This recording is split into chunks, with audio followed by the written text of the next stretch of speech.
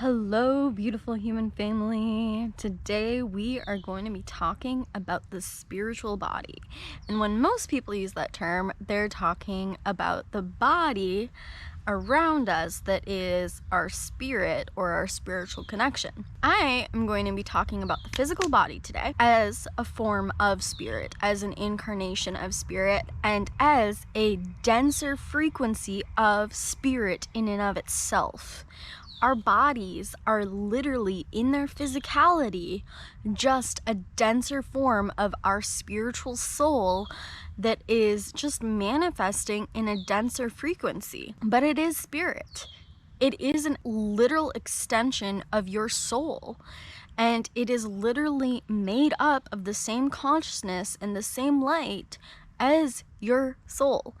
And so we're going to be looking at the body today in terms of the different ways that people, would do, let's say, energy healing on the spiritual body, but ways we can do this with the physical body. We're going to be talking about how we can use our physical body to expand and empower ourselves in the same way.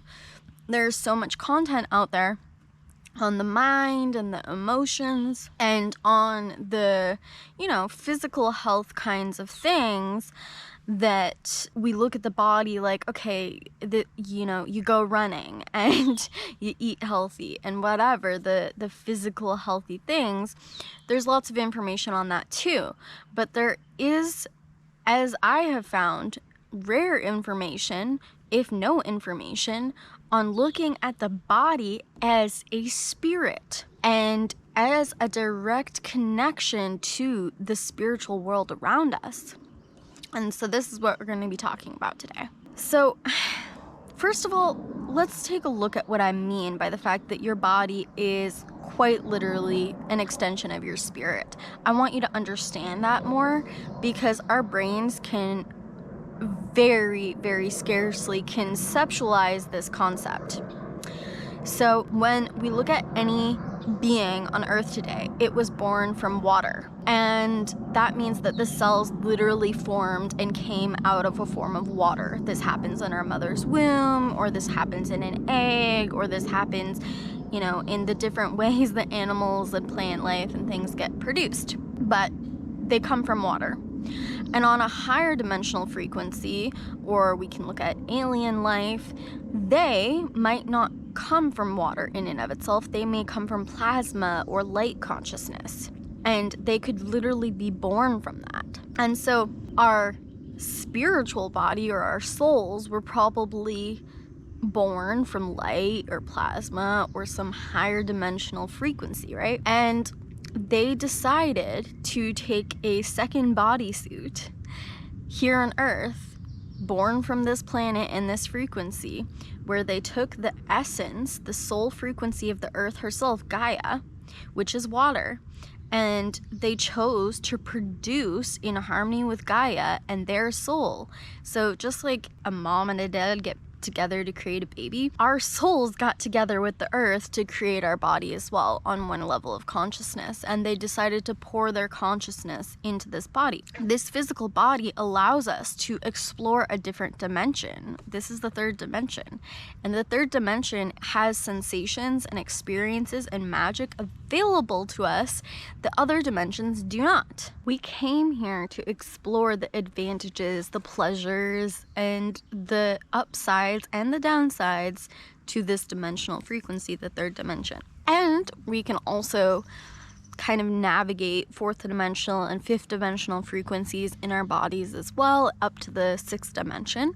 Though, since we're not fully in those dimensions on this planet, since we're not fully in those dimensional levels, it's kind of like a half note where you can only get some of it and you can only access some of it. So not only are we living in a multi-dimensional frequency, but as you go up in frequency or dimensions, you get farther and further and further away of what you can experience in your physical body. You can technically go all the way to the 12th dimension right here on this planet, but you're not going to be experiencing it in your physical body the same way. But we can literally allow higher dimensional frequencies into this body, and we can explore the third dimension for all it is. And a lot of people in the spiritual community, they look at the third dimension and it's like, shit, there's all this contrast, there's all this hardship, there's all this suffering, I want to get away. But that's because they haven't mastered it, and that's because they are disconnected from the pleasure of their bodies, and they're disconnected from the pleasure of this planet, and they're disconnected from the pleasure of this frequency. And it doesn't mean that the suffering isn't there and the contrast isn't there, but we need to learn how to live in harmony with ourselves first, and then we can begin being the change to allow this education and this awakening to happen on this planet, so that humans can begin to actually enjoy the pleasurable parts of this frequency, because nobody designed a dimension or a planet to cause you hell. It is the very specific kind of emotional intelligence that humans have mixed with our physical that is causing the suffering. And then it was the lack of education, or basically the sleeping time that happened, where we lost consciousness, we lost valid information, we lost cosmic technology, and we lost, most importantly, the cosmic technology of our bodies, and we lost information about how to thrive on this planet and how to thrive in our bodies and receive these pleasures and be able to also deal with all the challenges that this planet and this dimensional frequency comes with as well. But most people are asleep to their physical expression in the same way that a lot of people are asleep to their spiritual or their emotional expression. So let's look at it this way, to those of you in the spiritual community. Imagine looking at someone else who is unaware of their spirit, and they literally don't know it exists, that maybe they're an atheist, and they have no awareness or connection of their spirit. Most people have the same level of disconnection with their physical body. Technically, you know you have a body, but you are so unaware of it and so disconnected from it that you are capable of doing things like throwing acid in your body and sugars in your body, and basically slowly killing yourself every day with the choices that you're making for small gratifications and pleasure, and doing things like not moving enough and not being connected to what movements feel good to the body and bad to the body, and not allowing our physical vessel to communicate with us and to listen to what it's communicating and to listen to the signals that it's giving us about what we need or don't need. So obviously different parts of our bodies serve different physical purposes when it comes to the actions that we take. Like our hands can do a lot of things, our eyes can see a lot of things, our nose can smell a lot of things, the basics, right? But each portion of our body has an energetic density. So we have the chakra systems, right? Well, we also have mini chakras coming off of those chakras, and all these acupuncture points and centers of energy in every portion of our body. So every single inch of your skin and of your body serves an important purpose and holds different fields of energy, both energy that you could use to your benefit, and also it holds on to things like trauma or denser energies, carrying things that we don't want to be carrying, right? So have you heard of things like Reiki, quantum healing, energy healing, that works with the spiritual body when it comes to like the actual spirit essence, or working with our energy and our frequencies? Now, if you want to get closer to the actual physical body, then, imagine these auric levels and these different systems all around us on the different dimensional frequencies. Reiki can access those things and can also access the physical body too. It's very powerful. But you can also get directly into the energetic density or system of the physical body, but you have to go, if you want to get as close to the physical body as possible when it comes to energy healing, you have to actually work with the body's consciousness itself and work in the physical world. So, for instance, one way of doing this that I've been aware of is through dance and through Zumba. So there are different movements when you're already physically moving your body, And you're activating your meridians depending on how you move. When you're doing Qigong and Tai Chi, they're aware of this, that every single movement activates a different meridian in the body. If I'm moving my arm this way, or if I'm moving energy this way, I'm moving energy through the body, through that actual movement. And the more that you awaken to moving the different energies through your body and through the different directional systems, you're clearing energy. So when we're doing Qigong, each movement clears within the physical channels of the body, the physical meridian channels, which are energetic channels that hold energy in your body that can be scientifically proven, and the different acupuncture points and the different things that we're holding on to our body, whether it be trauma, whether it be heavy densities, whether it be something that you accumulated by coming in contact with other people's energy fields. So when we allow ourselves to move the body in frequency and in the ways that the body wants to move and the body needs to move, it activates things, and it also simultaneously can clear out things.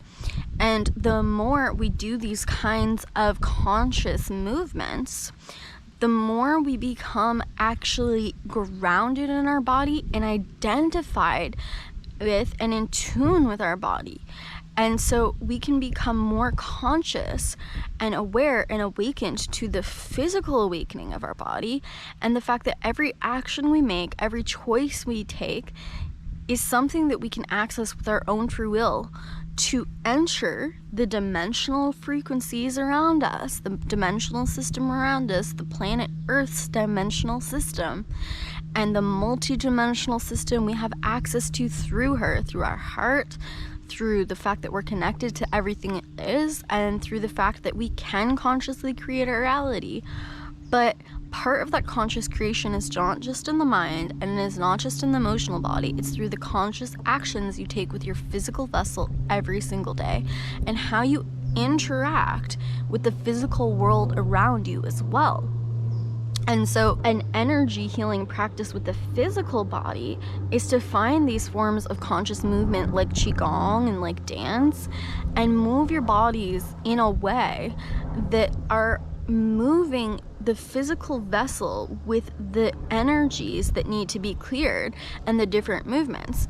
So as I said, with Qigong, each movement, whether you're going like this with your arms or like this, or whether you're bending your legs to a very specific degree that activates, aids the Shen energy, we're playing in our energy field, and we're playing in the different levels of the systematic energies that need to be cleared. But by moving the physical body, you're getting to the very root and the very core of energetically healing the body itself, and anything that is physically holding onto in its density from the body itself. And again, you can go in through Reiki and through other energies, but there will be nothing going closer to the root and nothing more powerful than learning how to heal with your physical body in and of itself. It's accessing on the physical level. Now, another thing that you can do is you can feel where that density is in your body, and when you're doing something like Qigong or dance, you can like physically take it out of the field or energy where it's holding and pick it up and put it to the side. So like if I feel it here, I'm gonna pick it up in the movement, and so to consciously move the body and put it away. And then if you find that you need to bring energy into different areas, you can allow the energy in the field around you to move, and you can allow that energy that you're manipulating to enter the body in and of itself. So one way that I really like is through spins. And when we are activating the full physical vessel and all the different chakra points and all the different areas of the body, when we are manipulating the entire body at the same time, and then on top of that, we can bring in energy to specific areas of the body, and we can release energy. There's also trauma release exercises like shaking, and there's also just like simply like rocking or stemming, which is just like shaking the hands or the legs in and of itself. And you can activate and awaken and become awakened to very specific parts of your body. Like you can activate your core.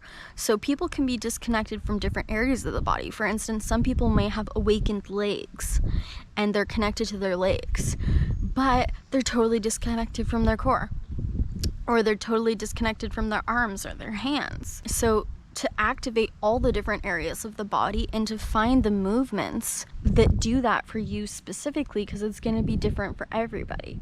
So I find that Zumba and dance really activates awakens you to your shoulders, and it really awakens you to your core, and it really awakens you to your lower body and to your legs and to your arms. It really just awakens you to your entire body, because it is a full immersive movement, and you're doing things like you're shaking your shoulders, you're like rotating your shoulders, you're rotating your core, you're rotating your lower body, you're working with your lower abdomen, your buttocks, your legs, your arms, your wrists. You're literally just activating all the different areas of your body. And Qigong is really, really good, and Tai Chi is really, really good at activating the arms and the legs very specifically. And Qigong is really good at activating the different channels and meridians and channeling and bringing energy into you. So I find that both dance and both Qigong are energy exercises that really not only clear the energy field, heal the energy field, release things, and bring energy into the body, but you can actually start building energy into your body, which you can then use to project, just like magic, into your life. The more you are channeling energy through your vessel, the more powerful energy and magic you will have in your facility and in your physical body. And like, think of our body like a container, or our soul like a container, or the channel of our existence like a container. And there's all this energy in the multiverse, but how much are you personally accessing? And how much physical energy are you bringing into your body and into your vessel in the third dimension? Not on a multi-dimensional level, because you can go up there and get all of this energy on the 12th dimension, and your physical body doesn't have a lot of access to it. But the closer we get to the dimensions, so when we're going into the 4th level, the 5th level frequency of the earth, and the 6th level frequency to the earth, is basically how high it goes. These dimensional realities physically exist on the earth, and so there's a level of that dimensional energy that we can get into our physical bodies, and we can be living on that frequency here, now, and today as well. So how much energy are you giving to your body, and how much magic and power do you have? And this is why action and choice and the physical things that we do every single day, every movement that you take, every time that you breathe, how you choose to breathe, how you choose to move, what you interact with, and the energy behind how you interact with it. Are you gentle with it? Are you soft with it? Are you considering its best interest? Are you considering your best interest? Everything we physically interact with each day, and each choice we make or don't make for ourselves, because both have a huge impact, is a part of our manifestation and is a part of our conscious creation. When it comes to the law of attraction, it is very important to be aligned with your thoughts and with your emotions, especially because those things can help you take those physical actions on a much easier level and a much more powerful level and a much more aligned way. But you also have to be physically taking the actions, and you also have to be physically realizing that a huge part of your manifestation is with the physical body. And the only reason that people focus on the mind and the emotions so much, because if those things are not cleared, then you're not going to be making the right choices with the body, and you're not going to be taking the aligned action in the physical world. But everything that we're doing with our mind and our emotional work is really supposed to channel into the physical actions you're taking and the physical choices you're making in your reality and your life. So awaken your physical spiritual body, heal your physical spiritual body, and know that this density is an important part of the magic here on this dimension that you get to play in, and that you get to learn, that you get to discover. And when we awaken to not only our physical spiritual body, but also the earth around us, and everything within the earth around us is an extension to our body. We are connected to her body. We are literally living in her womb, and she is our mother, and her body is intimately connected to ours because we survive through it. We are in a symbiotic relationship with the ecosystem around us, and the earth also has a spiritual body, and the earth is also a conscious being. That when we connect our body and awaken to the extension of the earth that is our body as well, and awaken to our relationship with the earth, then we can also be attuned to playing in the earth's field as well, and to channeling energy through the earth's physical body from ours, whether it's through the physical things that we're eating or energetic nodal points that are around us, whether we're using the elements, the wind, the water, the fire, the scenery, the nature, mountain energy, rock energy, whatever it is, ancient energy. We can also just play in the earth a lot better when we learn to be connected to her, whether it is jumping or swinging or having a certain physical experience on this planet. Awaken to the fact that this is your playground, and you get to claim it, and you get to have so much fun in it. You're gonna have so much more fun when you're intimately connected with Mother Gaia, and the fact that this is your body too. This is not some distant thing that you're disconnected from. This is our body as well. This is our playground, and we get to live it to the fullest, and we get to love it to the fullest, and we get to consider its best interest and our own best interest. And when we are not in competition with the earth and taking from her in a parasitic way, but when we consider her best interest and everything that is also a part of her ecosystem's best interest, our own best interest, we thrive the very most, because that is what an ecosystem is. And it is scientifically proven that the animals that live in larger communities and in harmony with the biodiversity around them are the ones thriving the very most. Whenever there is a parasitic relationship with the earth, it always eventually ends badly, and it eventually ends in all hell breaking loose, because you only have the ability of that one being, and you have the weaknesses of that one being, but you don't have any help. You don't have anything supporting you that you're not taking from by force. And we can only take from by force to a certain extent before we start harming the thing that we're taking from. And this is why parasitic relationships never work out and always end in the disaster of the parasite and the beings around them. Whereas a community, an ecosystem, a biodiversity thriving allows you to use the gifts of everything that you're using in harmony with its thriving, with your thriving. And it's an intimate relationship of attunement and understanding where you can then be supported, like you're being lifted to the top of a pyramid to excel in your existence, to thrive in your existence the very most.